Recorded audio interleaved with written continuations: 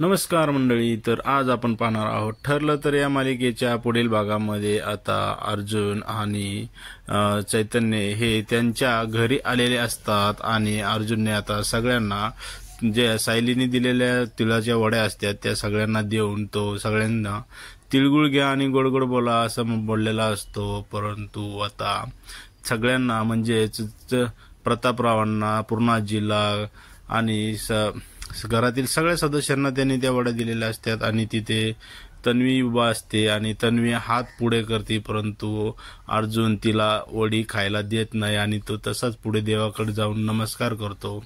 तेव्हा तन्वी अर्जुनला म्हणते की अरे अर्जुन, मी तुला म्हणणार नाही की माझ्याशी गोड बोल, परंतु माझ्याशी बोल तरी, असं बोलून अर्जुनला ती बोलते. तेव्हा अर्जुनला तिचा खूप राग आलेला असतो, कारण ती अर्जुनच्या डोक्यातच बसलेली मुलगी असते.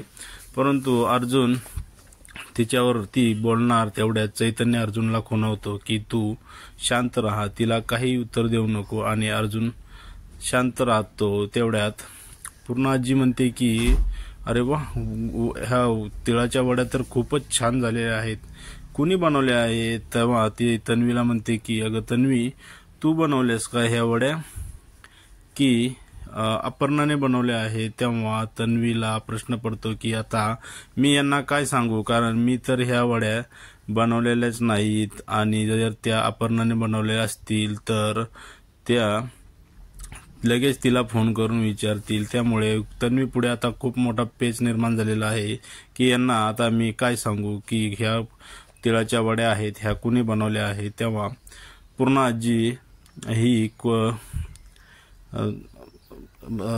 पूर्णाजी कल्पनाला विचारत असते की कल्पना, ग तू बनवल्या आहेस का ह्या तिळाच्या वड्या? इतक्या सुंदर आणि इतक्या छान लागत आहेत. तेव्हा प्रतापराव सुद्धा तिकडे असतात आणि ते पण म्हणतात की हो, खूपच गोड अशा ह्या तिळाच्या वड्या बनलेल्या आहेत. आणि कल्पना म्हणते की नाही पूर्णाजी, मी तर ह्या बनवलेल्या नाहीत, कारण जे याच्यावरती खोबरं घातलेलं आहे तसं मला ते घालता येत नाही. तेव्हा इकडे सगळे लोक हे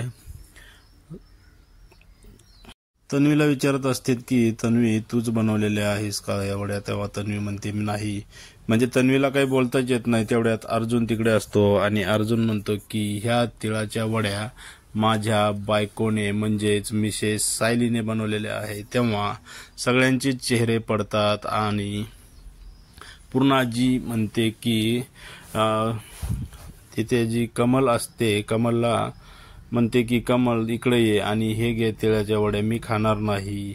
अर्जुन, तू त्यापेक्षा मला 20 जरी दिले असतेस तरी ते मी खाल्ले असते, असं म्हणजे एवढ्या निष्ठुर शब्दामध्ये ती अर्जुनला बोलते. तेव्हा अर्जुनला खूप वाईट वाटतं आणि तिकडे प्रतापरावही असतात आणि प्रतापराव म्हणतात अर्जुन, तू हे बरोबर केले नाहीस. तेव्हा अर्जुन त्यांना म्हणतो की डॅडी, मी तर हे बरोबरच केले आहे, कारण तुम्ही ज्या वड्या खाल्ल्या आहेत त्या तुम्हाला इतक्या गोड लागल्या नसत्या, कारण त्यामध्ये माझ्या बायकोचे प्रेम आणि तुमच्या सगळ्याविषयी जे आत्मीयता तिला आहे ती त्यातून व्यक्त होत आहे. तेव्हा सगळे लोक गप बसतात आणि पूर्णाजींनी आणि घरातल्या सगळ्या सदस्यांनी त्या सगळ्या वड्या कमलकडे वापस दिलेल्या असतात आणि कमल आता त्या घेऊन, कमलला त्या फेकून द्यायची इच्छा नसते, कारण तिचं पण सायलीवरती खूप प्रेम असतं आणि म्हणून ती रडत रडत त्या सर्व वड्या खाऊन घेते. आणि आता